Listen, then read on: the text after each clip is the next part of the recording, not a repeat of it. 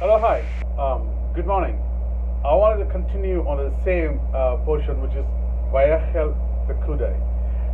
We are still discovering about the Mishkan and how Moses was conducting all the audits and how the Nasseems were looking into the gifts were walking through, but they were not participating until their turn last. They're realizing it, and they brought all those the stones for the high priest, and we saw that in the last time. But today we're going to discuss a very important thing. This may not be, you may not be interested in what I'm going to say, but still pay attention to this one. It's about the Sabbath. Most of us, we don't worry about the Sabbath, because what is the seventh day or eighth day? We are doing on eighth day, seventh day. We don't have to follow Sabbath on seventh day. Days are different. Sometimes, we never know when was the first day. That was everybody's, logical question they think. But remember, Jesus was following the Sabbath day, and the same calendar was still existing and still has been followed. That's one point you always consider, how Jesus celebrated the Sabbath and how Jesus went to the church on Sabbath day. You must think about that one. Is that calendar still exist? Yes, it is still. People are following the same Sabbath. Well, we'll leave it for the side for some time. Let's take the one of the commandment and dissect it. It says that keep my Sabbath holy. And Moses calls all the people in Exodus chapter 35, and he commands that to keep the Sabbath holy. And also he told to all these Hebrew people that not to kindle even the fire. They should not be kindling the fire. They should not lit the fire. Basically, that's what he was telling. Not even.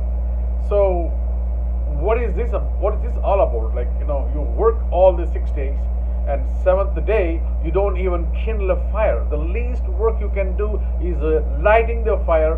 You don't have to do it, because lighting the fire is the easiest one, because sometimes lightning comes in and the fire happens. Sometimes the nature gets more heated up, fire happens. Sometimes it's easy to light the fire. So the least job that you will do, even lighting the fire, you cannot do that. Don't even lit the fire in your home. Well, look at this one. Even for the denominational people, even for the Gentile Christianity in the world, think about this one. They say that we are keeping holy on Sabbath, meaning on Sundays. We go to church and we worship, but think about this one. But God said that don't work. Moses said very particularly that do not work.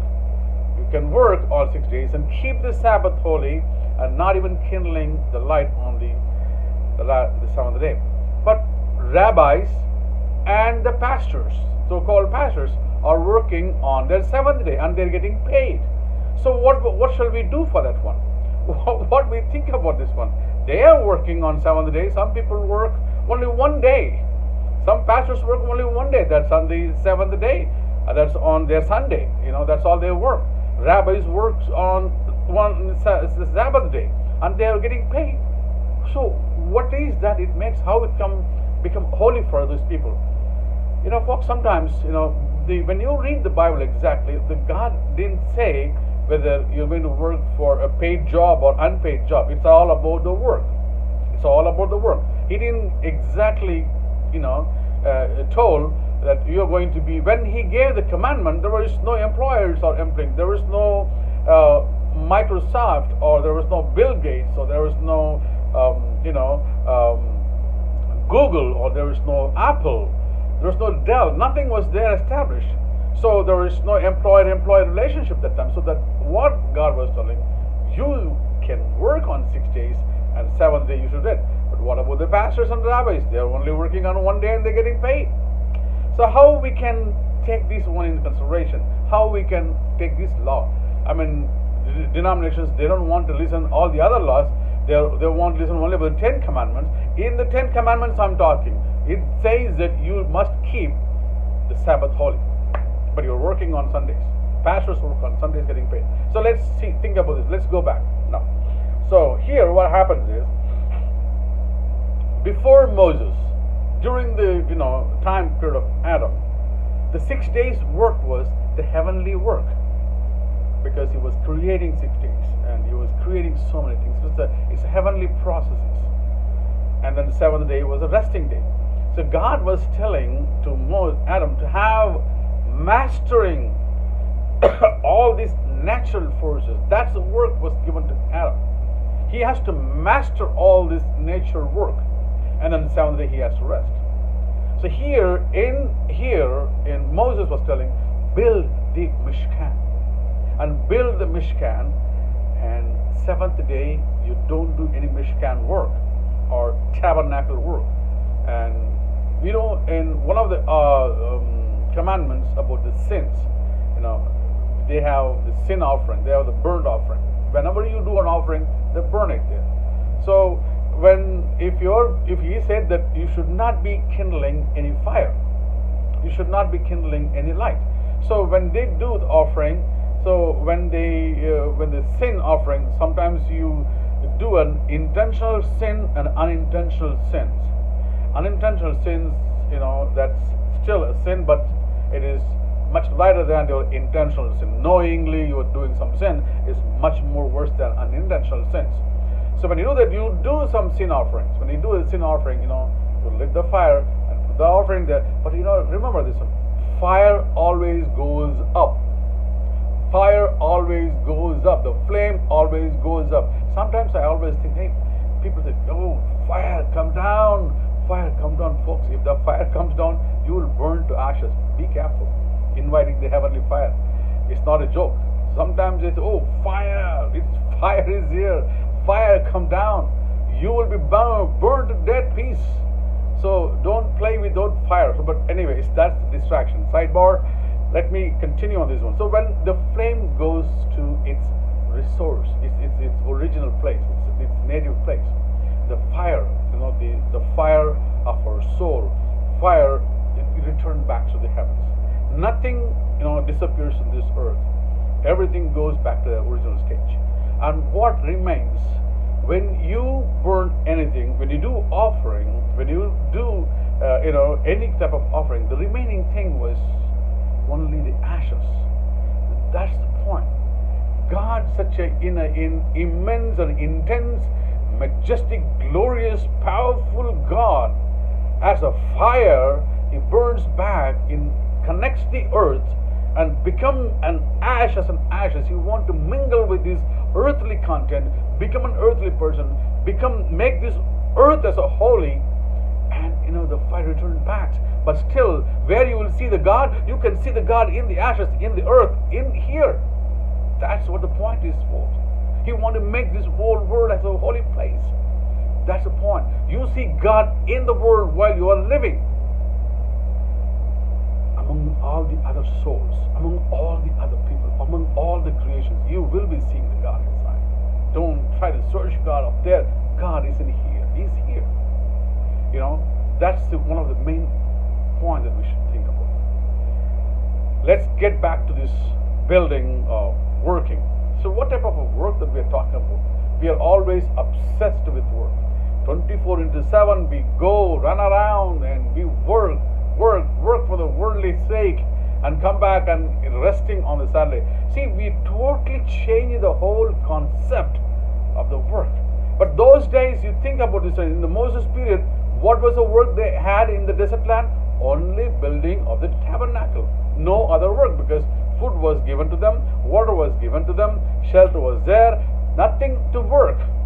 All the work, there's no employer. The employer was God. They had supervisors like Moses, but the God was the only employer, and the employees of the Israelite people were working one purpose.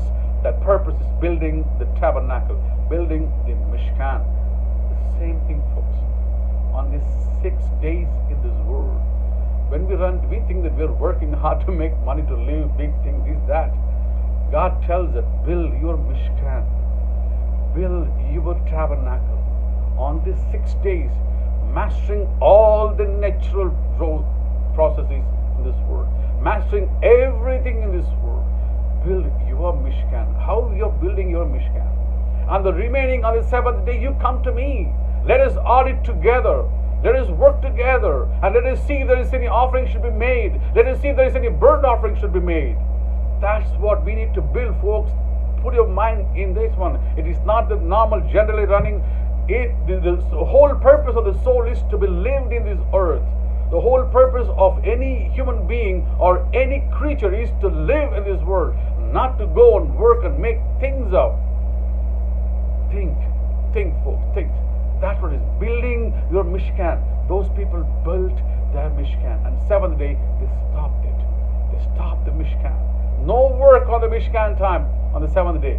They were firing. Not even they can lit the fire in their homes. That's what is given.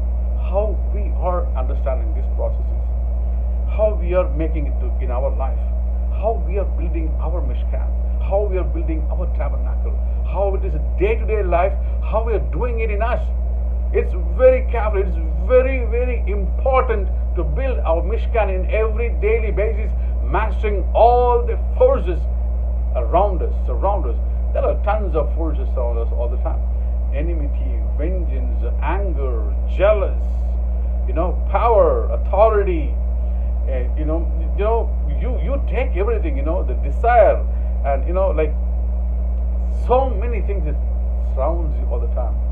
You must build your Mishkan every single day, mastering all those powers against you, and you come back to me.